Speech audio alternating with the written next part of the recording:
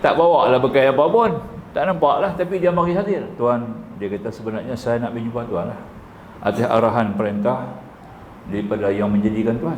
Siapa dia? Allah Subhanahu Wa Taala. Kacau ni. Siapa tuan? Saya adalah Azrail. Kalau orang beriman ni tuan-tuan, orang-orang beriman yang tinggi ma'rifahnya dimasuk dalam kumpulan VIP tau. VIP ni yang ambil nyawa dia Azrail sendiri, bukan malaikat maut. Azrail sendiri, ketua malaikat maut. Terus nampak tak?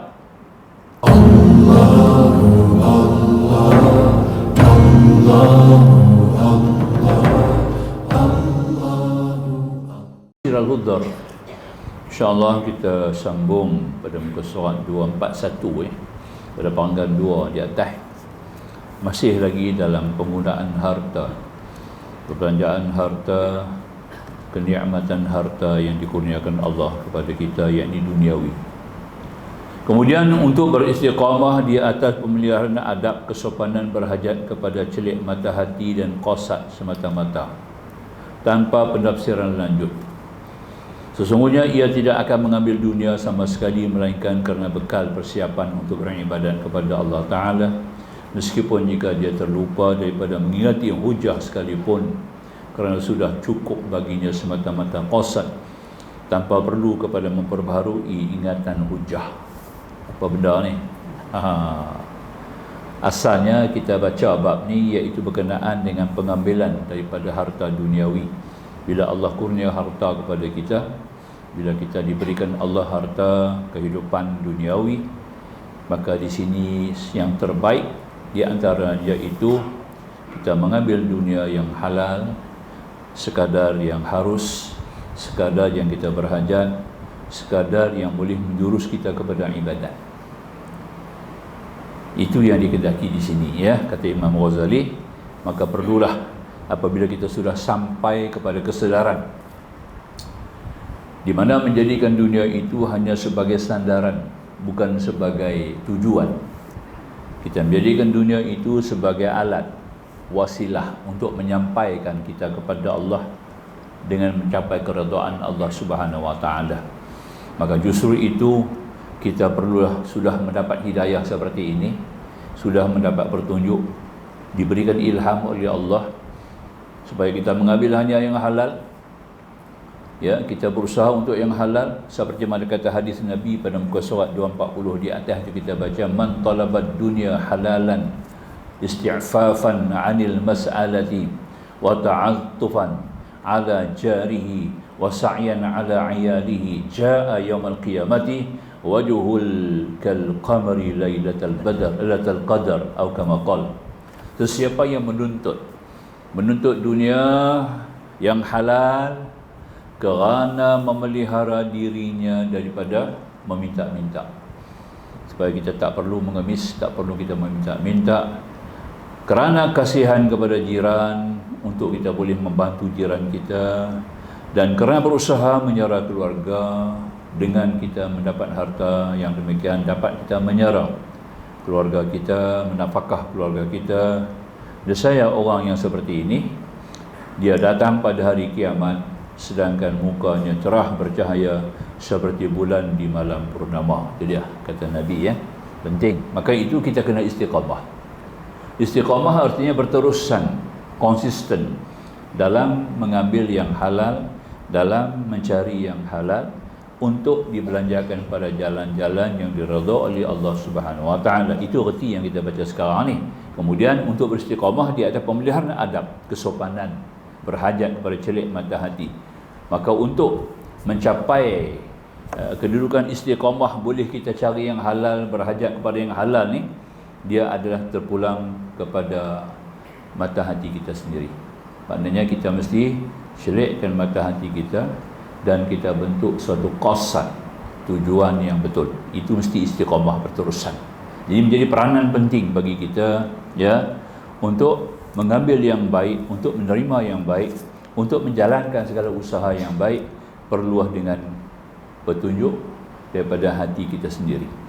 Ya, hati yang bersih, hati yang penuh dengan cahaya nur ilmu, hati yang sentiasa digilang ya dengan nafsu lawamah, hati yang sentiasa berada dalam keadaan terhias dengan sifat-sifat yang mahmudah. Hati yang seperti ini saja yang mampu beristiqamah. Ya, beristiqamah. Faham ya? Jadi kalau hati ini kita tak pelihara dia, kita tidak bersihkan dia. Kalau hati itu kotor, hati itu tidak bersih, tercemar dengan noda-noda maksiat ataupun dihiasi dengan sifat-sifat yang keji, sifat-sifat yang mazmumah, maka selama itulah kita tidak akan terbuka jalan kepada jalan-jalan yang disebut tadi ya. Harta benda dunia pun kita tidak nampak lagi dah. Kepada yang halal kita nanti borong habis semua. Itu yang kata tadi, ni orang yang tak kira lah dunia ni apapun cara dia boleh dapat dunia sudah ya? Tak kira cara halal ke cara haram, asal aku dapat duit sudah. Orang yang macam ni hatinya adalah hati yang buta ya, hati buta kerana hati itu tercemar dengan sifat-sifat mazmumah, sifat-sifat yang tercela. Maka tu kita kena usaha apapun kembali kepada hati. Memanglah kitab yang kita baca ni pun adalah kitab tasawuf yang menjurus kepada kebersihan hati. Dia punya kita kata dia punya maudu dia, motif dia adalah hati ya, yang kita baca kitab ni. Jadi maka tu dalam urusan duniawi ni, urusan nak mencari harta benda, itu satu cara yang kita kena faham, yang diredha oleh Allah, tetapi kita kena ada persediaan untuk menerima. Jiwa kita mesti bersih, hati nurani kita mesti bersih, barulah kita akan sedia menerima yang baik. Ya, itu paling penting sekali. Ada hadis daripada Nabi SAW sendiri ya. Daripada hadis ini kita dapat lihat dalam kitab hadis 40. Hadis 40 lebih kurang dalam hadis yang ke-30 ke atas ya. Kita tentang buka hadis 40, hadis yang ke-30 ke atas. 32, 33 begitulah. Hadis ini menggambarkan bagaimana ya kita diberi petunjuk oleh hati kita sendiri. Kita tepuk dada tanya iman kita, bukan tanya selera, tanya iman.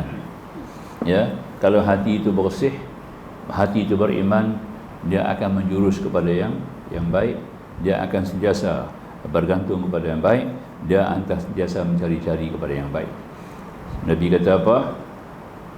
Apabila dikatakan kebajikan, bila kita nak buat kebajikan, hati kita jadi senang, jadi lapang, jadi tenang ya. Apa-apa kebajikan kita nak buat lah, ibadat ke, amalan ke, kita nak buat amalan-amalan yang baik-baik tu, bila kita buat, contohnya kita nak sembahyang. Bila nak masuk sembahyang, nak takbir sembahyang tu, bila masuk waktu sembahyang tu dia gembira. Itu tanda kata hati kita bersih. Hati kita bersih, punya sifat-sifat yang baik. Masuk waktu dia jadi senang hati. Ya. Sehingga ada zikir daripada Imam Ghazali, jawab azan kita tak dengar lah, kita tak dapat lalu tu dalam kitab Ihya Ulumuddin. Sehingga Rasulullah ada hadis Rasulullah bila masuk waktu bila masuk azan, bunyi azan, marhaban biqailin adlan bis salati, marhaban ahlan, Allahu akbar, Allahu akbar. Tu jawab dia. Nampak ya? Marhaban biqailin adlan bis salati, marhaban ahlan, Allahu akbar, Allahu akbar. Selamat datang. Datang sembahyang, masuk waktu, dia ucap selamat datang sembahyang tu, punya seronok. Ya, ini tuan-tuan boleh tengok dalam Ihya Ulumuddin lah. Ya, dan kitab-kitab biasa tak ada. Imam Ghazali ya dapatkan hadis ni, dia masuk dalam kitab. Bila masuk waktu, ini tandanya orang yang hatinya bersih, hatinya digilap dengan nur iman, hatinya sentiasa terpelihara dengan nafsu lawamah. Nafsu lawamah ni nafsu menyesal dulu pendapatan, kata orang tua kan ya. Kata-kata bijalan kan, sesal dulu pendapatan. Inilah nafsu lawamah. Bukan semua nafsu tak bagus. Jadi kalau nafsu amarah berkawan dengan nafsu lawamah, selamatlah dia. Kalau nafsu amarah tak berkawan dengan lawamah, nafsu amarah tu akan suruh kita buat jahat. Nampak tak? Inna nafsa la ammaratun bisu. Al-Quran kata nafsu amarah ni sentiasa menjurus, mendorong kepada kejahatan. Nampak tak? Ya. Itu nafsu amarah, karakter dia, sifat dia. Nampak tak? Tapi kita gabungkan dengan lawamah. bagi dia berkawan dengan lawamah, dia akan menyesal. Masuk waktu apa yang aku buat? Amarah kata masuk waktu hang tangguh dulu. Tak apa, buat waktu panjang lagi. Tu amarah. Amarah kata. Nah, masuk waktu tak apa, panjang lagi. Nampak tak? Subuh matahari tak naik lagi. Ya, Zuhur tak mari asar lagi dia kata. Asar tak itu matahari maghrib lagi. Itu nafsu amarah kata. Lawamah kata hang kena buatlah ni. Sebab maut, ajal datang pada masa ketika tak ada satu notis dia bagi kita awal ya. Wa likulli ummatin ajal la yastakhirun sa'ah wa la yastaqdimun. Bagi tiap-tiap makhluk apa juga ada dia punya ajal. Apabila sampai dia punya ajal musamma, maka tidak akan ditangguh barang satu saat, tidak akan disegera barang satu saat, tepat pada masa. Nampak tak? Lawamah kata. Lawamah dikata kat dia. Maka datang sesal dulu pendapatan. Nampak tak? Ya, nah. Kawan lagi dengan nafsu mulhamah. Nampak tak? Mulhamah kata apa? Berdasar kepada hadis. Mulhamah dia ada hadis. Kalau tak ada hadis, mulhamah kacau ya. Ya. Mulhamah ni nafsu ilham, memberi ilham yang baik. Wa nafsu wa masawaha fa alhamaha fujuraha wa taqwaha. Ini nafsu mulhamah, ilham. Dia kata apa? Berdasar kepada sabdaan Nabi buka tip ni kat kita. Nabi buka rahsia ini kepada kita. Apabila ada seruan-seruan daripada kamu, daripada diri kamu sendiri menyuruh buat kebaikan, lakukan apa-apa yang baik, jangan tangguh. Itu artinya daripada Allah. Itu artinya daripada malaikat. Nampak tak? Tapi kalau ada bisikan-bisikan hatimu, lintasan hati suruh tangguh, jangan buat, jangan turut. Itu adalah datang daripada syaitan. Nampak tak? Rasul lawamah nanti kata apa? Ingat hadis Nabi kata apa? Nampak? Dia berkawan dengan lawamah, maka nafsu mulhamah kata apa? Baik kita buat benda yang baik, jangan tangguh. Benda yang baik, jangan tangguh. Nampak tak? Ya?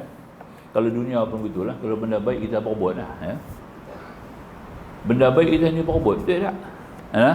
Nak bagi tu, nak dapat ni, nak ambil tu, pakat berebut habis. Macam itulah juga bila ada lintasan khatiran di hati kita suruh buat benda yang baik, Nabi kita jangan tangguh. Itu artinya daripada Allah, yang diberikan Allah tadi ini, yang dikatakan tadi ini ilham datang daripada Allah, yang kita artikan sebagai hidayah. Nampak tak? Dan bisikan daripada para malaikat. Dia panggil khatir. Orang Melayu kata kuatir. Nampak? Arab kata khatir. Jamak dia khawatir. Nampak? Tu je. Bahasa kampung kata kuih tiang. Tu dia. Tu kita nak faham lah. Boleh. Baik. Jadi makanya itu yang penting nak kenal nafsu tu. Nafsu tu kita nak tahu tu. Bagaimana penggunaan perhubungan antara nafsu-nafsu ini, rupanya ada faedah besar. Jangan hanya duduk di amarah saja. Duduk di amarah lingkup kita. Nampak tak? Jadi kuku besi. Kalau duduk amarah saja, kuku besi. Apa juga kita jangan ikut dia betul. Dia tak ada tolak ansur, tidak ada yang kebaikan, dia duduk perkara semua benda-benda tak elok. Itu kita faham. Jadi kata Nabi SAW dalam satu hadis lagi, mengikut hadis 40 sabang tadi, kalau kata kebaikan, kita nak buat jiwa kita tenang. Orang suka baca Quran. Orang boleh, bukan suka baca Quran, orang boleh baca Quran. Bukan semua orang boleh baca Quran, mau baca Quran. Tak semua orang boleh baca Quran, mau baca Quran, tak mau. Nampak tak? Sebab tu disebut dalam satu hadis Rasulullah mengatakan, di akhirat besok 4 orang Tuhan dipanggil apa? Hukum. Tuhan panggil itu pasti nak hukum. Kerana dia tidak ikhlas. Pertama qari, dia panggil qari. Nampak tak? Qari ni orang yang ahli Al-Quran. Boleh baca Quran dengan baik, tapi dia tak baca. Kalau dia sendiri di rumah, dia tak baca. Orang panggil dia untuk perasmian majlis, untuk diperdengarkan suara kepada khalayak ramai, bukan main. Nampak tak ya? Dengan taranumnya, dengan apa nak burdah-burdahnya yang menarik, masya-Allah. Tu. Bila tak dipanggil, dia duduk di rumah seorang tak baca Quran. Nampak? Inilah artinya orang yang buat kerja bukan kerana Allah. Dia tidak ada cinta kepada Allah Subhanahu Wa Taala. Orang macam ni akan dipanggil oleh Allah di akhirat, hang qari baca. Dia kata, ya aku baca Quran, kata-kata orang panggil aku baca. Nampak tak? Jadi Tuhan kata, hang buat bukan kerana aku. Hang buat kerana kemasyhuran, nak cari nama, nak cari pangkat, kedudukan, nak cari dunia. Nampak tak? Maka heret masuk neraka. Kedua dia panggil orang alim. Nama dia orang alim, nampak? No? Orang alim lilin nama dia. Alim lilin. Dia bakar cerah, orang cerah, dia nanti jadi lilin, hancur lagu tu. Tidak beri manfaat, nampak tak? Ya, tak mau dia tu. Ya, dia sendiri tak beramal. Ya. Dia suruh orang buat, dia tak buat. Dia suruh orang jadi, tu tak buat. Tu dah lah. Nak jadi benda lah. Jadi akan kita ambil faham lagu ni yang dikatakan tadi. Ini yang kedua. Yang ketiga, orang punya harta, kaya raya, banyak bersedekah, ada pasal lah. Ya. Sekali sedekah saja lah kot, bukan nak kata kat siapa ni, ya. Sedekah banyak-banyak sangat, mula-mula dapat dulu apa? PJK. Dah lagi-lagi sedekah, dapat Datuk. Sedekah lagi, Datuk Seri. Sedekah lagi, Tan Seri. Sedekah lagi, Tun. Tu dia, nampak tak? Ini kacau lah. Tak apalah, pangkat orang bagi ambil lah. Tapi dia bukan kerana Allah. Dia nak kedudukan. Dia nak sebagai suatu kemasyhuran, disanjung-sanjung, dipuja-puja, ya. Hubul jah, hubul mal, nampak tak? Ini dia kata penyakit, cinta kepada pangkat, cinta kepada harta benda. Jadi makanya dia bersedekah ni ada sebab. Ini yang nombor 3. Nombor 4, orang yang jihad sabilillah, perang. Para mujahid yang masuk dalam medan peperangan, berperang bukan kerana Allah. 4 kumpulan ni dipanggil oleh Allah, dihukum oleh Allah kerana mereka ada sifat riak. Yang orang buat tu kerana orang, bukan kerana Allah. Itu dipanggil riak. Syirkul asghar dia panggil, syirik kecil. Yang paling Nabi takut sebab kecil ni tak nampak. Orang yang riak tu pun tak nampak dia riak, nampak. Yang tu bahaya tu, yang kita syirik kecil tu pasal orang tak nampak. Dia kecil sangat, terlindung, tersimpan, nampak tak? Dan pula kena orang-orang ibadat saja. Orang tak ibadat tak kena syirik ni. Orang tak ibadat tak kena. Orang buat ibadat kena syirik ni. Itu jaga baik tu lah. Hang nak pergi mengaji ni pasal apa? Hang nak pergi masjid ni pasal apa? Hang nak pergi kenduri orang ni pasal apa? Nampak? Nak pergi kenduri, makan kenduri tu pun. Tak itu. Pasal apa makan kenduri? Jauh mana dia pergi? Ada pasal dengan orang tu lah. Yang dekat, dia tak kenal, dia tak apa nak dekat, tak apa nak rajin, tak apa nak korip, tak apa nak rapat. Tak pergi. Nampak? Dia pun orang tu kecil kot, tak ada nilai. Nampak tak? Jauh tu ada nilai kat dia. Ada kepentingan duniawi. Ini pun tak boleh tu, kena jaga tu. Ya. Jadi dia pergi tu atas dasar apa? Atas dasar duniawi, atas dasar kepentingan duniawi. Ini yang salah. Maka itu kita nak jaga ikhlas. Maka itu yang kata tadi ini, kata Nabi, hati yang sejahtera. Nak abang balik bab yang kita baca ni lah. Orang yang hati sejahtera ni tuan-tuan, dia nak buat kebajikan ni mudah, suka dan seronok. Macam tadi lah. Masuk waktu duduk tunggu, habis subuh duduk tunggu lagi zuhur, dia rasa lambat. Lambat nak datang zuhur tu, nampak tak? Ya. Aku nak jumpa Allah. Ya.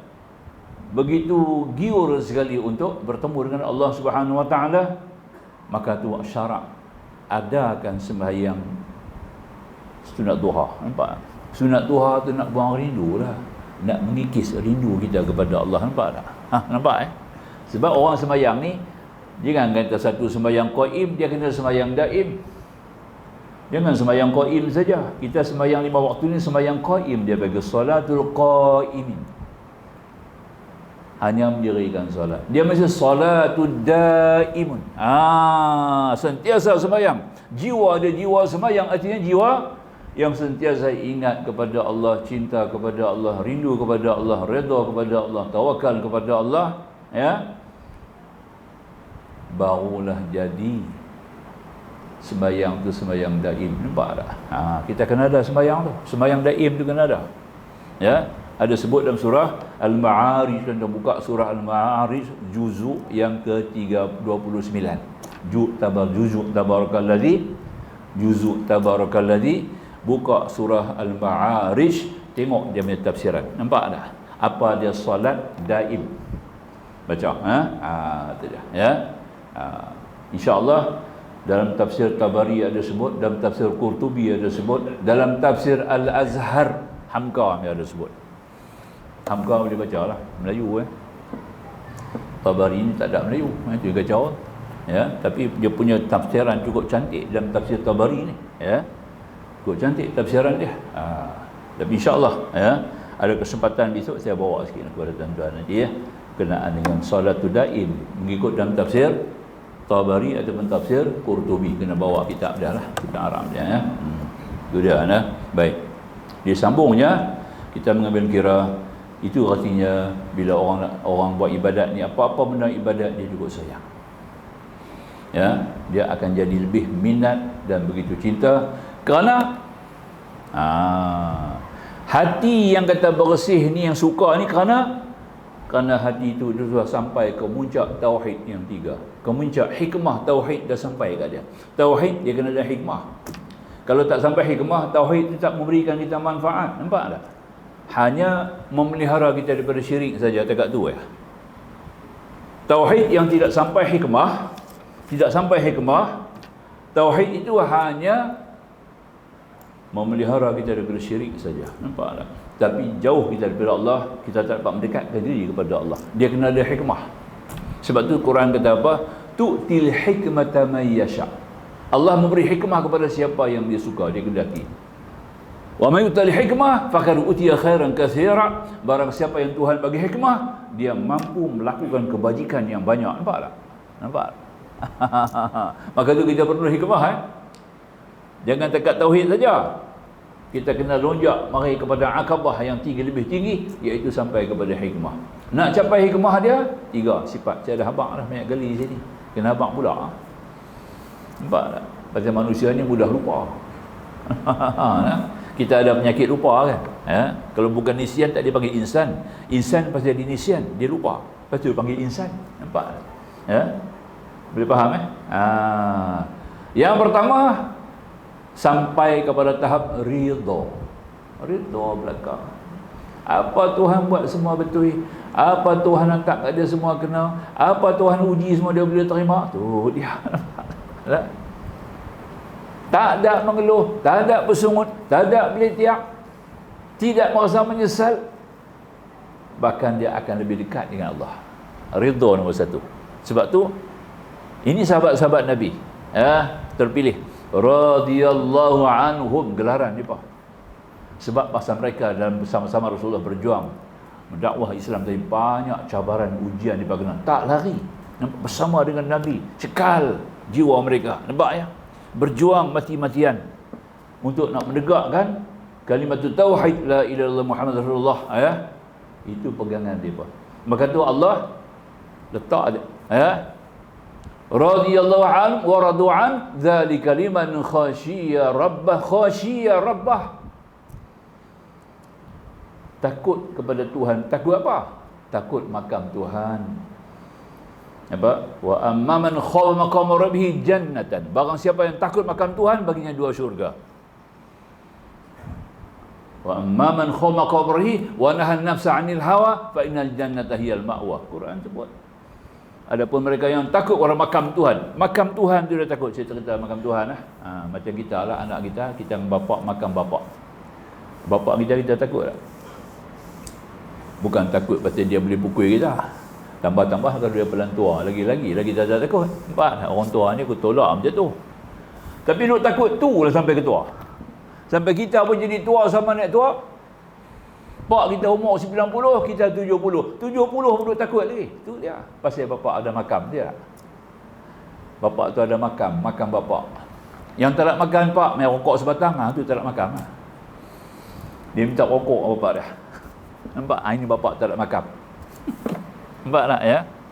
Kadang pergi ambil terus daripada poket bapak ni rokok. Nampak tak? No? Bertengkar, aku pun ada sebatang kan, bapak pula kata. Nampak tak? Saat ni pak beli lain lah. Itu dia. Saya tengok dengan mata saya sendiri. Apa punya anak bapak ni? Tak ada makam. Ya? Macam orang biasa, kawan biasa, sampai orang tanya, kawan hang dia?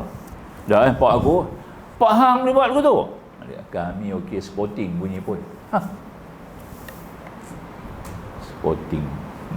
Itu dia bahaya besar tu. Makam Tuhan ni tuan-tuan. Apa yang makam Tuhan? Kita mengaji sifat 20 baru kenal makam Tuhan tau. Tak mengaji sifat 20 tak jumpa makam ni. Tu kena mengaji sifat 20. Satu-satunya ya. Mufti Mesir tu. Syekh Ahmad Ali Jumbah. Dia mengaji sifat 20 tu. Nak apa lagi? Dia berpegang kepada aliran Asy'ariyah wal Maturidiyah. Tu. Syekh Ali Jumbah. Mufti Mesir. Nampak tak? Ghazali, the second Ghazali. Syekh Muhammad Sa'id Ramadan Al-Buti. Orang panggil dia Ghazali yang kedua. Dia punya taraf tu macam Imam Ghazali punya alim. Nampak?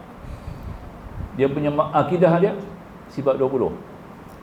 Abu Hasan Asy'ari. Nampak? Asy'ariyah. Tu apa kita ni? Nampak tak?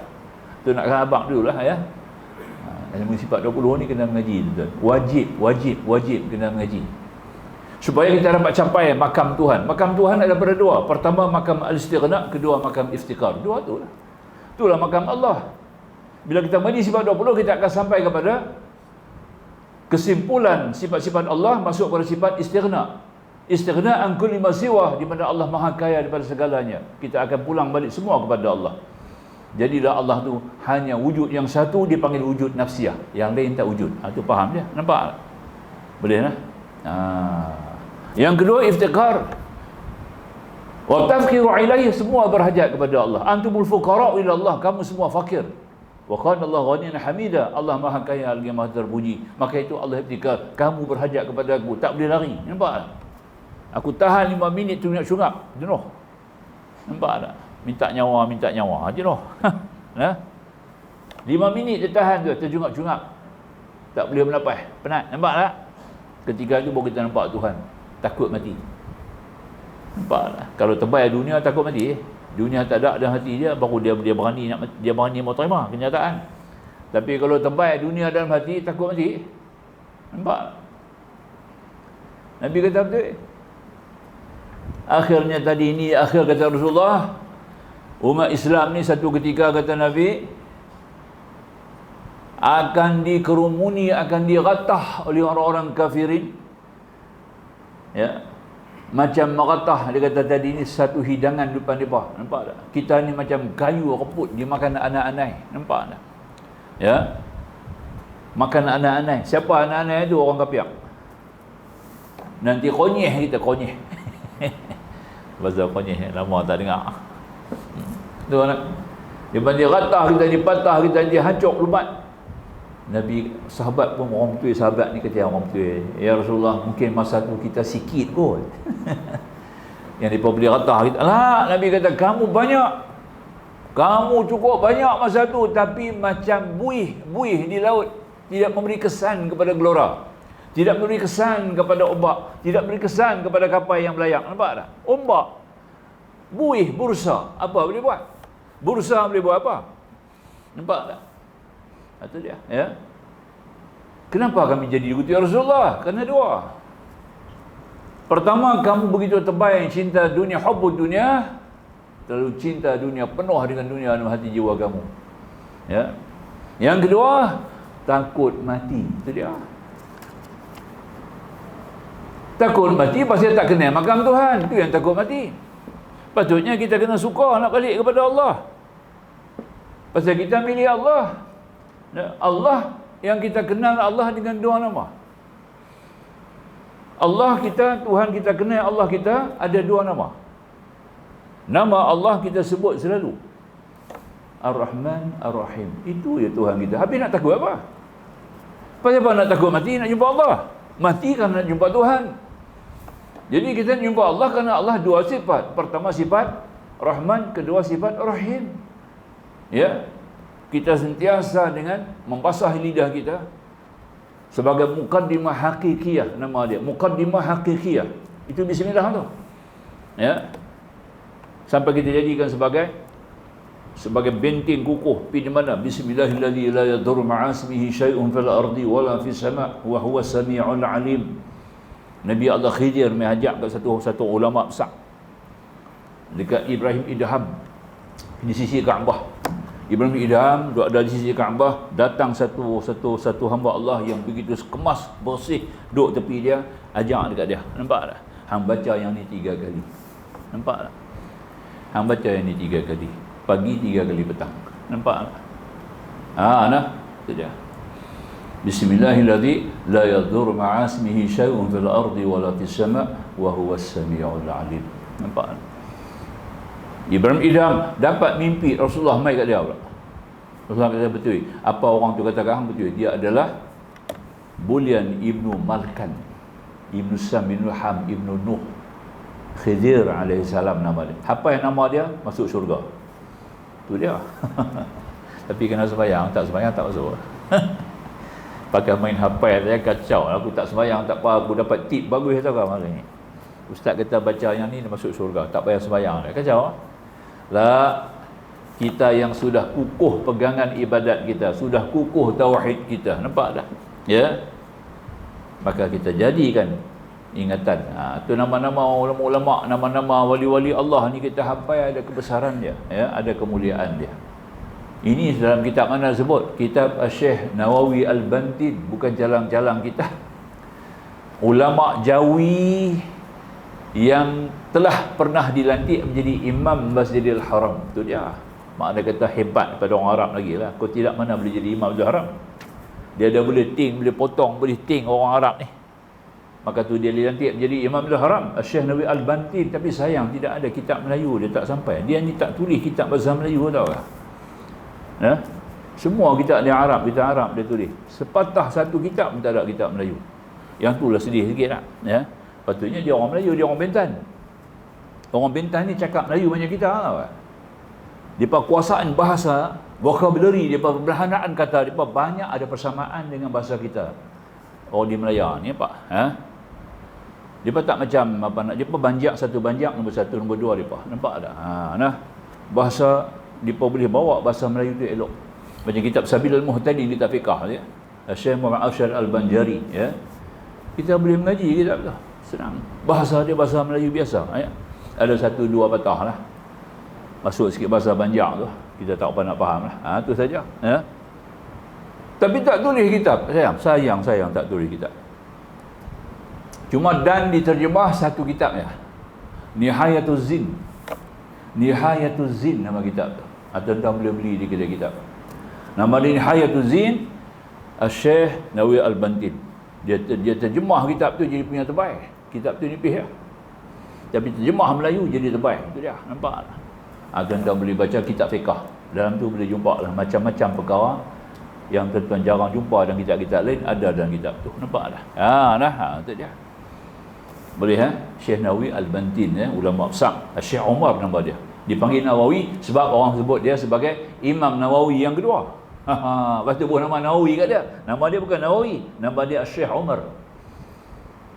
Tapi orang panggil Nawawi kat dia sebab dia punya taraf kealiman dia macam Imam Nawawi. Nampak? Imam Nawawi pensyarah kitab Sahih Muslim. Pensyarah kitab Sahih Muslim dan penyusun kitab Syarah Muhazzab. Oh, masya-Allah, 17 volume. Nampak ya? 42 umur dia. Boleh tulis kitab.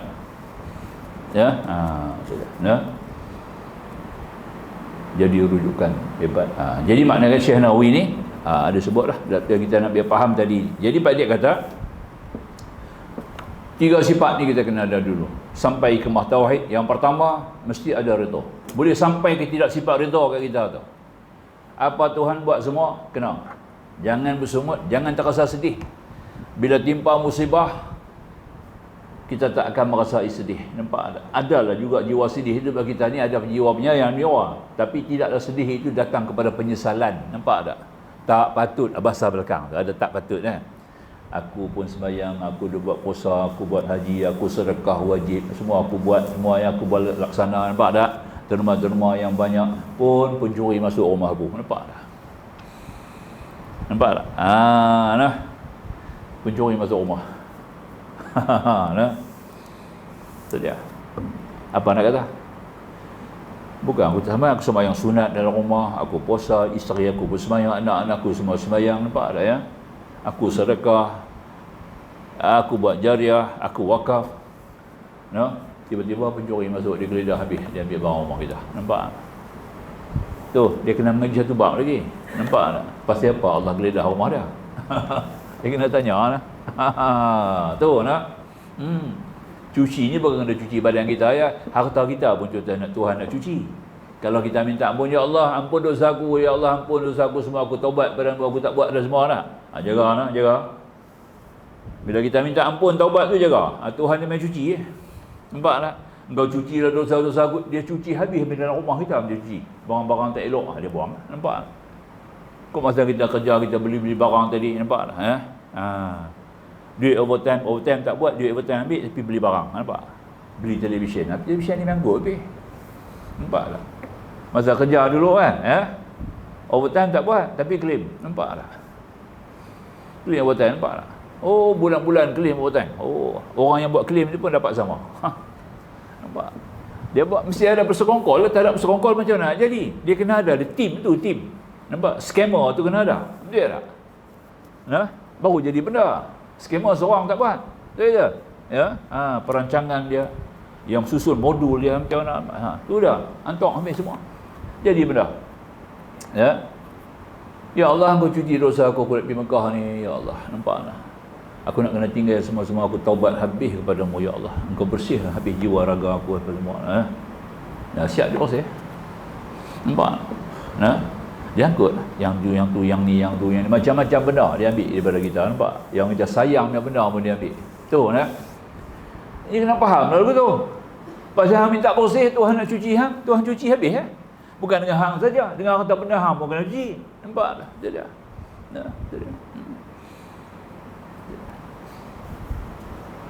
Ini kita kena faham tuan-tuan ya. Jangan kata Tuhan buat tak kena. Semua Tuhan buat, tidak ada benda yang sia-sia. Rabbana ma khalaqta hadza batilan subhanak. Itu dia. Baca tiap-tiap malam sebelum sembahyang tahajud, baca yang tu dulu. Surah Ali Imran ayat tu lah. Bangun menghadap matahari dulu, tapi tak payah menghadap langit, tak payah malam-malam kita menghadap langit kacau juga. Duduk dalam rumah sudahlah. Angkat kepala menghadap bumbung boleh, siling rumah kita. Isyarat kita tengok langit lah. Baca Rabbana inna fi khalqis samawati wal waqtilafi laili wan nahari ayati lil albab alladhina yadhkuruna al-qiyama wa qu'udan wa 'ala junubihim wa yatafakkaruna fi khalqis Rabbana ma khalaqta hadza batila ila akhir ayat. Ayat akhir surah Ali Imran Ali Imran. Ali Imran ayat tu. Di hujung Ali Imran. Kita buka Ali Imran ayat ujung ada. Hafal ya. Sebelum sembahyang tahajud sebut dulu. Baca ayat ni dulu. Dah habis baca ayat ni, kata alhamdulillah 3 kali. Alhamdulillahirabbil alamin. Alhamdulillahirabbil alamin. Alhamdulillah alamin. Allahu akbar. Sembahyang tahajud. Insya-Allah tuan-tuan buatlah tengok. Nampak ya? Tuan-tuan buat sendirilah. Saya tak tahu cerita apalah. Cerita bohong. Cerita bohong lah. Pasal yang ni nak bagi Allah, bukan saya nak bagi. Nampak tak ya? Bagaimana jiwa kita, bagaimana alat ibadat kita, bagaimana keadaan hidup kita, bagaimana rezeki kita, bagaimana kesihatan kita, kita boleh nampak sendiri. Nampak tak? Ya. Termasuklah sakit-sakit kita pun ya. Sakit-sakit ni bukan satu penghinaan lah. Sakit-sakit ni kerana Tuhan nak cuci kita, kifarah. Ada cara tu Tuhan cuci kita, ada cara penyakit, nampak tak? Dia cuci kita. Kan ada hadis Nabi kata, apabila kamu mengenai satu musibah, hatta dengan tertusuk satu duri pun, Allah akan padam dosa kamu. Nampak? Kiparah kepada dosa kamu. Itu dia. Nabi dah habaq. Semua tip ni Nabi kita rahmat. Rasulullah tu rahmat. Habaq mereka kita habis. Nampak? Supaya lapang dada kita bersih. Nampak? Dia kena ada rida nombor 1. Nombor 2, kita kena ada tawakal kepada Allah. Tak bergantung pada lain. Ya. Allahu Samad. Tawakal. Sebab Allahu Samad, maka tu kita kena tawakal. Allahu Ahad, Allahu Samad. Samad tu memberi erti bahawa semua kita bergantung kepada, tidak ada satu pun kita lari daripada dia, tidak ada satu pun dikecuali daripada Allah.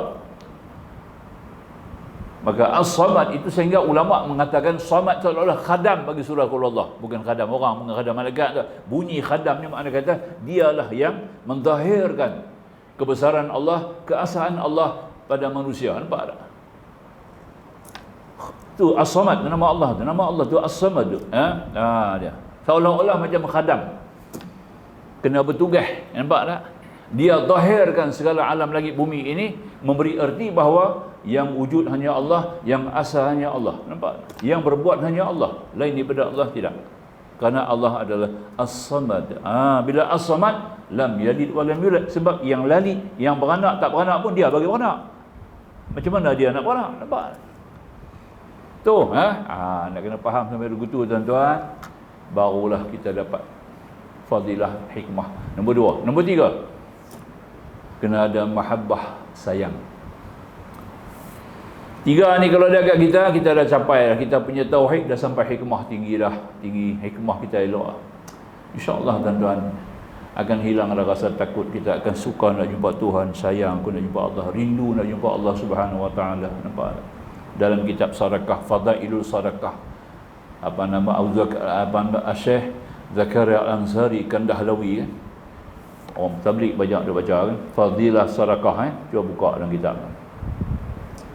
Dia tak ngaji kan tu. Dia tak ngaji. No? Tu dia. Fadilah Sadaqah, dia kata apa? Sampai satu tahap orang ni punya rindu kepada Allah tak tahu nak apa. Nak bunuh diri tak boleh. Tuhan tak bagi. Nak mati awal pun tak boleh. Sebab kerja mati ni kerja Allah. Macam mana dia buat? Duk tunggulah bila malakal maut nak mai ni. Duk tunggu.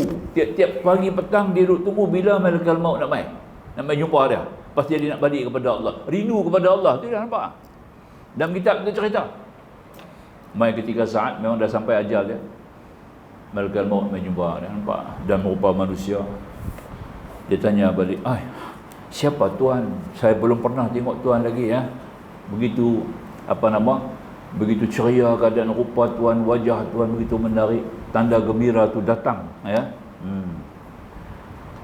Dapat saya lihat pada wajah Tuhan, mesti ada sebab seorang pendatang yang datang ke rumah kita, yang kita datang dengan muka manis, nampak tak?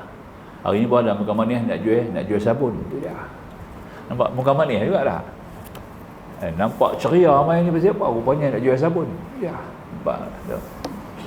Malakal maut mari tadi ni tak bawa lah bekal apa pun. Tak nampak lah, tapi dia mari hadir. Tuhan, dia kata sebenarnya saya nak berjumpa Tuhan lah. Atas arahan perintah daripada yang menjadikan Tuhan. Siapa dia? Allah Subhanahu Wa Taala. Kacau ni. Siapa Tuhan? Saya adalah Azrail. Kalau orang beriman ni tuan-tuan, orang-orang beriman yang tinggi makrifahnya dimasuk dalam kumpulan VIP tau. VIP ni yang ambil nyawa dia Azrail sendiri. Bukan malakal maut. Azrail sendiri, ketua malakal maut. Terus. Nampak tak? Ya. Dia akan pimpin oleh Jibril. Jibril mai. Jibril turun sekali. Sebab tu dia suruh kita ambil sembahyang tiap-tiap kali nak tidur malam, ambil sembahyang wudu. Tiap-tiap kali nak tidur lah, ambil wudu. Biar tidur tu dalam wudu. Kalau kita mati, Jibril turun. Orang yang mati dalam wudu, duk ada wudu, Jibril turun. Ada hadis Nabi. Nampak tak? Dah. Ada hadis Nabi tuan-tuan. Ambil wudu. Bukan susah. Muka, tangan, kepala, kaki, 4 benda lah. Kan? Kalau tak mau kumuk pun tak apalah. Tak mau kumuk, tak mau suara ayam ke hidung, tak apalah. Ambil 4 sudah lah. Ikut Al-Quran, ya kan? Ya. Muka, kepala, kaki, muka, tangan, kepala, kaki. Cukup lah. Senang ya, ayam tak banyak kita buang. Betul? Pergi tidur. InsyaAllah. Jadi makanya cerita balik tadi ni, datang malakal maut jumpa dia. Dia kata sebenarnya saya sungguh-sungguh duk tunggu kedatangan Tuhan. Saya sangat berharap berada dengan Tuhan. Pasal apa? Saya tahu bila Tuhan datang tadi ni akan ada jemputan khas untuk bertemu dengan Allah Subhanahu Wa Taala. Nampak? Dia tak kata mati. Ada jemputan. Maknanya Tuhan membawa saya bertemu dengan Allah Subhanahu Wa Taala. Oh, senang. Dia kata hang faham dah nah. Taklah gentar takut dah nah. Suka lagi. Maka itu Allah suruh tanya dekat kamu, macam mana cara nak mati? Itu dia. Hang abang hang nak mati lagu mana? Nampak tak? Allah suruh tanya. Dekat kamu, macam mana cara kamu nak mati? Hang nak mati tengah duduk ke, tengah minum kopi o ke? Tengah duduk sandak kan, macam mana lah, dia tak kata, begitu saya lah kata, kopi ni kata apa, ubat Ustaz Rika pula lah. Dia kata cara mana nak mati, yang mati lah orang beriman tu apa? Mati dalam sembahyang lah, betul tak? Kalau macam tu, aku nak mati dalam sembahyang, nanti izin aku nak ambil wudu, aku nak sembahyang 2 rakaat, ketika aku sujud nak ambil, tu dia. Dia buka kitab tu, Fadailul Sadaqah, tentang buka kitab tu ada. Saya nak membuka surat, tak ingat lah. Hadis tu panjang. Ya, Syekh Abu Zakaria Abu Zakaria Al-Ansari Kandahlawi tu dia kitab tu. Syekhul Hadis. Dia ni Syekhul Hadis, ulama besar. Tu dia, ulama India lah. Tapi alim. Syekhul Hadis. Main dah. Khatam Sahih Muslim 8 kali. Sahih Muslim dia khatam 8 kali. Sahih Bukhari 11 kali. Sunan Abi Daud 4 kali. Sunan Tirmizi 11 kali. Kita sekali pun tak. Nampak tak? Ini Syekhul Hadis. Bukan kata dia tulis hadis sampai hadis. Dia baca kita hadis berkali-kali. Itu dia. Itu kata Syekhul Hadis, dia tulis dalam kitab dia, tuan-tuan. Kita baca balik. Maka hamba Allah ni pergi ambil semayang, malaikat maut tunggu dia, Israel tunggu dia, dia bagi sujud semayang, tengah dia sujud, Israel ambil. Pasal apa jadi dulu tu pada umat? Ya, dekat Nabi pun jadi, pasal tu kepada umat dia jadi. Apa yang jadi dekat Nabi akan berlaku pada umat dia. Kisah mangkat Rasulullah kan, kita dengar peristiwa Maulid, bila ada ceramah-ceramah Maulid tu, penceramah-penceramah yang mau jujur cerita pasal Maulid Nabi ni, yang tak merapu pergi ke lain lah. Duk cerita Maulid Nabi ni ketika mangkat Rasulullah macam mana? Nampak tak? Skala ringkas kita kata tadi ni, bila masuk malaikat maut, masuk Jibril, Israel masuk, Jibril masuk, nampak tak? Jibril tanya dekat Nabi Muhammad, ya Muhammad, Allah kirim salam kepada Tuhan. Kamu tahulah kami datang ni pasal apa? Tapi Allah suruh tanya kepada Tuhan. Kami datang untuk mengambil nyawa. Tuhan izin, kami akan buat. Allah kata kalau dia tak izin, jangan ambil, bawa balik. Itu dia. Maka dia dapat izin daripada Tuhan dulu. Kita baca, dengar cerita tu, terliok tak? Tak tahu lah. Masa kita dengar Maulid Nabi tu, terliok tak? Kalau jadi kat aku kan bagus. Nampak tak? Maka tu ada sungguh rupanya jadi kan? Pada umat dia pun boleh jadi macam itu. Ada nikmat yang macam itu, tuan-tuan. Nikmat nak mati macam tu. Mereka tanya, hang nak mati lah ni kan bila? Habak ya? Nampak tak? Dan macam mana cara nak mati? Kan bagus tu? Nak sampai darjat tu macam mana? Kena ada 3 orang tadi lah. Pertama, dia kena redha saja. Tak ada langsung bersungut. Sebab zikir ni duk ajak dia selalu zikir. Kita duk zikir selalu apa? La ilaha illallah wahdahu la syarikalah, lahul mulk wa lahul hamdu yuhyi wa yumit. Kena tambah lagi. Ada lagi hadis Nabi. Biyadihil khair. Di tangannya segala kebaikan. Tuhan buat semua betul. Nampak tak? Apa Tuhan buat semua perfect. Tak ada silap. Ya, itu dalam Tabarakalladzi kita baca setiap malam tu. Duk ada dalam ayat tu. Tuhan buat semua betul ni. Allazi khalaqa sab'a samawatin tibaqa. Allah menjadikan langit dan bumi 7 lapis bertingkat-tingkat. Tibaqa ma tara fi khalqir rahmani min tafawud, dan tidak akan kamu melihat sebarang kecacatan, sebarang kekurangan dalam penciptaan Tuhan yang Maha Rahman. Tak ada fail, tak ada silapnya. Nampak tak? Struktur ilahiyah tepat. Langit bumi dia buat tepat, tak ada rosaknya. Nampak? Tak ada serpis sana serpis sini, tak ada. Tak? Semua tepat. Itu ertinya dalam sebab tu kita baca surah tu malam sebelum tidur sebagai wasiat kat kita. Kita sebelum tidur lah, tapi kita baca awal sebelum makan nasi. Nampak? Patutnya sebelum tidur, Nabi sebelum tidur baca tu pergi tidur, sebab dia wasiat. Surah tu sebagai wasiat, aku nak bawa tidur. Nampak tak? Kita pergi baca awal kan, tak apalah baca awal, tak baca awal, tak baca pula.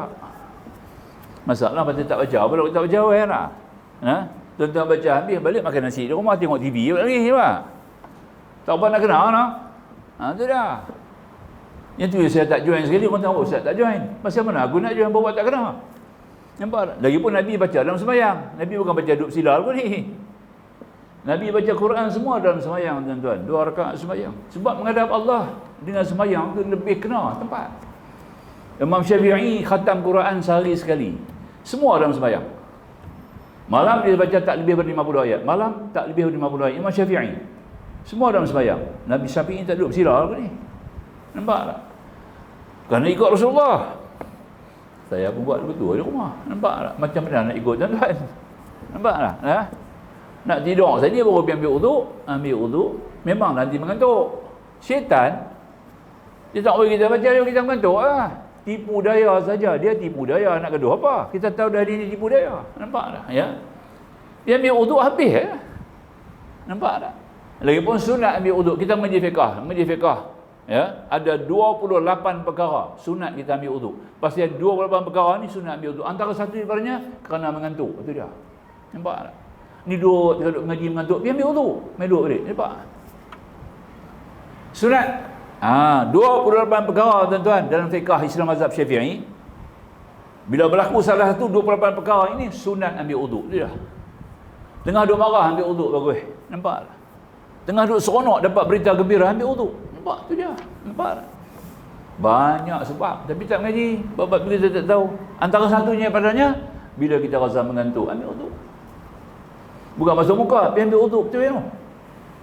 Tajdidul uduk dia panggil. Kita ada uduk mula kita guna untuk sembahyang fardu dah. Dah pakai syarat dia sudah ada uduk untuk sembahyang fardu, kita boleh tajdid memperbaharui uduk sunat dengan syarat uduk yang pertama sudah dipakai pada perkara yang wajib. Nampak ya? Tu dah. Apa? Ambil uduk. Memang iblis dia lari dulu tu lah. Hang ni pandai ya. Kita tahu dah di budaya dia. Dia ambil uduk, cerah balik mata-mata, Allahu Akbar. Fatihah rakaat pertama, alif lam mim sajadah. Nabi baca sajadah. Nabi tak tinggal, tiap-tiap malam dia baca sajadah dulu. Alif lam mim tanzilul kitabil la raiba fihi. Sat yang tak sampai. Tak sampai even 5 minutes. Nampak tak? Macam orang putih. Selesai. Naik rakaat kedua, tabarakallazi biyadihi, cantiklah ya Allah. Nampak tak? Letak kepala tidur. Baru main mimpi elok-elok. Nampak tak? Ya. Baru ada hubung kait dengan arash. Tidak nampak ya. InsyaAllah kalau ada rezeki lagi dapat mimpi Rasulullah SAW. Dapat mimpi Rasulullah SAW. Baru betul nak buat benda ikut cara ulama lah. Apa benda kita nak buat kebajikan pun, nak baca Quran pun, ikut ulama. Ikut ulama. Mereka lah sebagai ikutan kita. Mereka bawa kepada Nabi. Ni duk pakai angkai sendiri. Nampak tak? Ustaz jawab agama dia kata ni. Lepas sembahyang Isyam bawa baca. Ikut ustaz jawab agama. Nampak ya? Bukan semua ustaz berikan agama tu alim lah ya. Kena mengaji lah. Rujuk banyak beriman mesti kukuh ya, ketakwaan yang mesti jelas. Itu dia. Ini masalah saja kita sentuh bilal lah. Bukanlah semua ada ya. Adalah seorang dua begitu. Jadi balik kita tadi ini kita baca tak banyak mana lah. Sikit lagi. Baik, sikit lagi.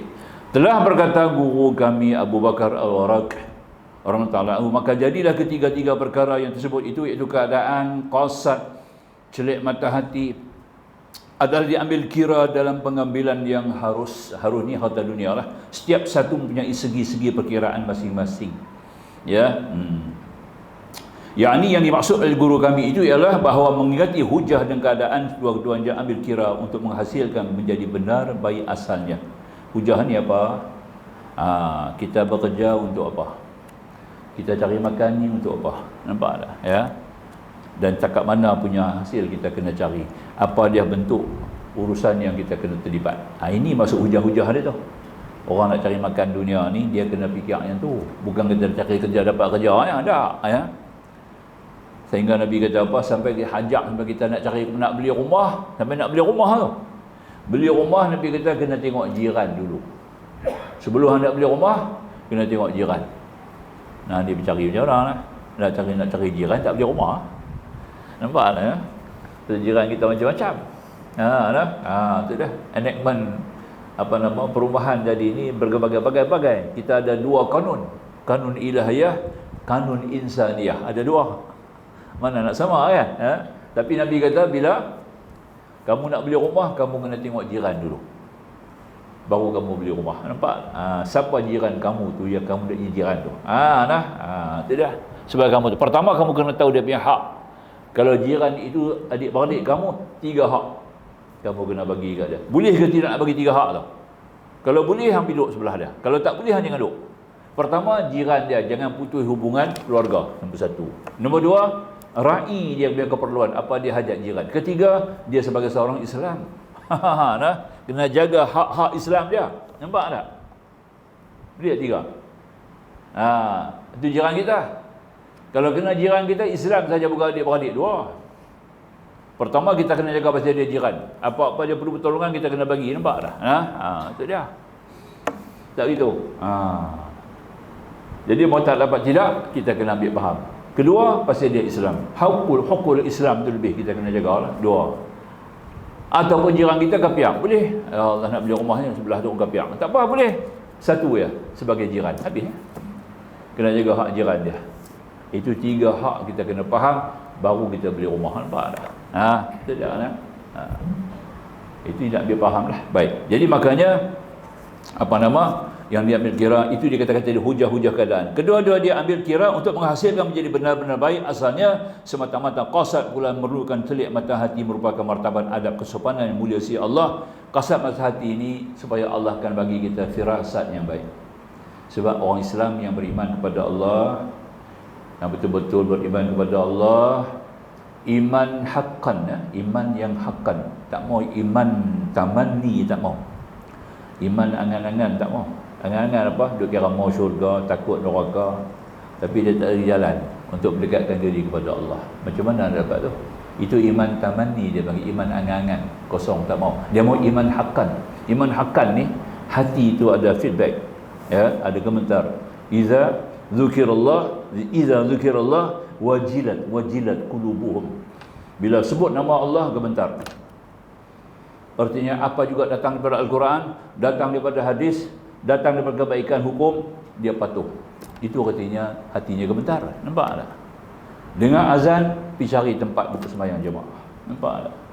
Dia tak akan leka, tak akan lari, tak akan itu dia. Dengar nasihat, boleh terima. Itu artinya hati yang gemetar. Ya. Dengar hukum, terima. Hang buat selama ni salah ke? Hukum dia haram. Iyakah? Aku tinggal daripada sekarang. Itu kata hati dia gemetar. Allah nak kira hukum halal-halal, bila nak kita nak ni kacau ni. Nampak? Jenis tu banyak. Jenis tu hati dia kelabu. Betul lah. Betul dah. Wa idza tuli'a alaihim ayatuhu zadam imanan. Bila dibaca ayat Quran, iman dia bertambah. Artinya orang yang suka baca Quran, orang yang iman haqqan ni, hatinya sentiasa bergantung, cinta, suka baca Al-Quran, suka gemar baca Al-Quran, ya. Kok mana pun baik buruk, dia akan baca bagi jadi Al-Quran itu sebagai satu ibadat rutin yang dia kena buat, istiqamah, sentiasa berjalan kepada Allah. Itu artinya bila dia baca Quran, imannya bertambah. Ya. Wa ala rabbihim yatawakkalun, dan kepada Tuhan mereka bertawakal. Nampak? Itu dia tawakal tadi. Dia tak bergantung kepada siapa. Implementasi daripada ayat iyyaka na'budu wa iyyaka nasta'in, implementasi itu dia jalan. Akan dikau kami sembah, akan dikau jua kami minta tolong. Lain orang tidak, lain makhluk tidak. Nampak tak? Tu dia. Baru jadi betul. Dia panggil apa? Tauhid apa tu? Tauhid qasdi wal iradah, tu bab tauhid. Dia masuk dalam kumpulan uluhiyah. Tauhid uluhiyah ada 3. Pertama tauhidul tasyri', kedua tauhidul ibadah, yang ketiga tauhidul qasdi wal iradah. 3 ni dalam uluhiyah. Nampak tak? Ya, kena pergi jauh sikit dalam media tauhid tu. Sebab kita nampak benda-benda macam ni, baru kita boleh ukur diri kita duduk tahu lah. Itu dia, ya. Jadi pendek kata, itu yang kita nak ambil faham. Jadi maknanya kita tadi ini, semata-mata qasad pula memerlukan celik mata hati, merupakan martabat kesopanan yang mulia. Adalah diambil kira dan beristiqamah terhadap pengambilan yang halal, maka hendaklah anda faham tentang ketiga-tiga perkara itu tadi sebagai seorang yang cerdik mendapat petunjuk. Dah kat itulah. Kat tu kita baca sikit. Jika dikatakan sekiranya, kita ambil kemudian tambung lagi. Masih lagi dalam menilai harta dunia secara yang harus, dan akan datang pula harus tapi jangan lebih. Dah harus ni pula dah. Dah kata harus, pula sungguh-sungguh. Tak boleh juga. Kita harus ada pada-pada. Itu dia. Ya, sebab tu dia bunyi was, kena ada was-was dulu. Kemudian baru ada pada, jadi waspada. Nampak tak? Dia faham ya? Was-was tu kena ada dulu. Satu naluri, Allah Ta'ala bagi satu naluri kepada manusia yang satu komponen kerohanian yang sangat tinggi. Tuhan bagi kita. Ada 5 lah. 5 lah. Ingat lah. 5 komponen ni Tuhan bagi. Yang tu Tuhan nak tanya besok. Pasal apa orang tak sembahyang? Pasal apa orang tak sedekah? Pasal apa? Tuhan nak tanya semua tu kerana 5 sebab ada kat kita. 5 naluri Tuhan bagi. Naluri kerohanian. Yang pertama, Tuhan bagi akal. Dia tak? Hang boh di mana akal? Awak ambil boh di lutut, tak boh di kepala. Nombor 1. Nombor 2, Tuhan bagi ikhtiar. Ya, Allah tu mukhtar, dia bagi ikhtiar. Suatu komponen kerohanian ikhtiar, kita boleh pilih. Nampak tak? Ya. Kita ada 5 orang anak, 5 macam color baju tak sama. Nampak tak? Nampak ya? Itu dah. Kalau sama pun ikhtiar dia pilih, sepakat. Ada cerita lain pula. Maka datang nombor 3, dia panggil was kena ada. Was-was kena ada. Tak ada was-was atau tak ada pilihan tau kan? Kita tidak ada penjagaan, kita tidak ada kewaspadaan. Nampak? Was-was ni membawa kepada kewaspadaan. Waspada. Was kepada benda yang pada. Nampak tak?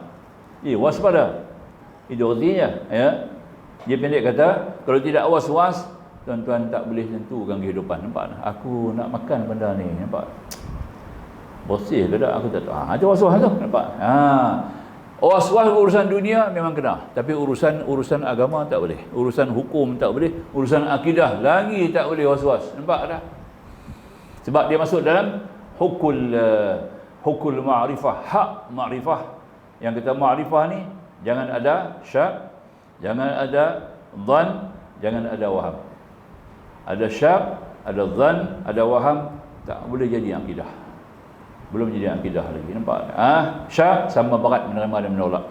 Dhan berat pada menerima, ringan pada menolak. Waham banyak menolak daripada menerima. Nampak? Jadi 3 perkara ni yang ada kita. Kemudian nombor 3, itu kita waswas. Nombor 4 kita panggil idrak. Kita ada idrak. Idrak ni ada 3. Pencium, perasa dan peraba. 3. Pencium, hidung, very important.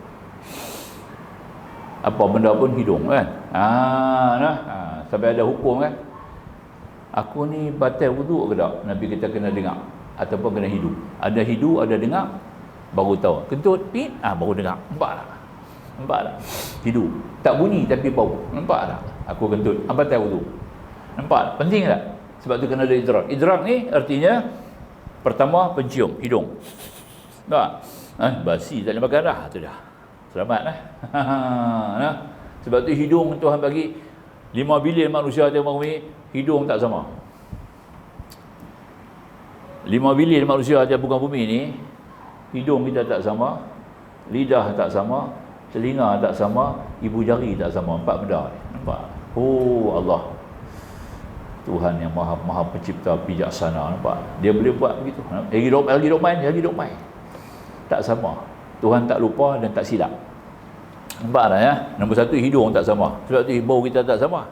Nampak tak? Ada orang boleh bau durian, ada orang tak boleh bau durian. Nampak? Betul tak? Tapi hidung sama ya. Apa tak kena? Pasal hidung tak sama. Pasal tu dia hidung pun tak sama, betul tak? Nombor 3, telinga. Nampak? Ada suka dengar Bollywood, ada suka lagu Melayu, ada suka dengar lagu Jawa. Nampak tak? Ada suka lagu Hindu, ada suka lagu Cina, macam-macam. Nampak tak? Ya. Telinga tak sama. Tapi bentuk nampak lagu sama kan? Ada tak sama. Nombor 3, lidah. Nampak tak? Taste kita. Walaupun kita ada sebelah rasa, lidah ada sebelah rasa, tapi tak sama tuan-tuan. Dia ni suka rasa dulu, dia rasa dulu ni, dia rasa dulu ni apa? Aku suka pedas sikit, aku tak mau pedas, aku nak masin, aku nak kurang masin, aku nak manis, nampak, aku nak tawar. Nampak macam-macam cerita. Nampak? Lidah sama juga. Nampak ya? Pasal Tuhan tak bagi tulang lidah tu. Kalau bagi tulang sama. Nampak tak ya? Jadi tulang jadi ulang. Nampak tak? Jadi ulang jadi bewak tu dah. Nampak? Orang panggil lidah apa? Lidah bewak. Cakap bohong. Pasal lidah yang sebenar tak cakap bohong. Nombor 3. Nombor 4, ibu jari kita. Ibu jari tam kita ya. Tam tak sama. Tam tak sama. Tak sama ya. Sebab tu dia bila tasyahud dia tak boleh lipat. Dia kena lurus. Tasyahud dia tak lipat tak boleh. Dia kena lurus. Ya, lurus. Nabi kata 52. Ya. 50 N2. Nampak ya? Ni 50 ni. N2. 52. Hadis Nabi kata. Hadis dalam kitab Bulughul Maram ya. Ada sebut. Hadis Nabi kata, kamu tasyahud seolah-olah kamu beradaan 52. 52 Nabi kata. Ni nampak tak? 52. Faham? Nanti baik, dekat tu lah. Sudah, dekat tu sudah lah. InsyaAllah kita tampung lagi. Bismillahirrahmanirrahim. Alhamdulillah. Wassalatu wassalamu ala rasulillah wa alihi wa sahbihi ajma'in. Subhanaka la ilma lana illa ma 'allamtana innaka antal alimul hakim. Rabbi shrah lana sudurana wa yassir lana umurana. Rabbana zidna 'ilma warzuqna fahma. Rabbana atina fid dunya hasanah wa fil akhirati hasanah wa qina adzabannar. Walhamdulillahil alamin. Wassalamualaikum warahmatullahi wabarakatuh.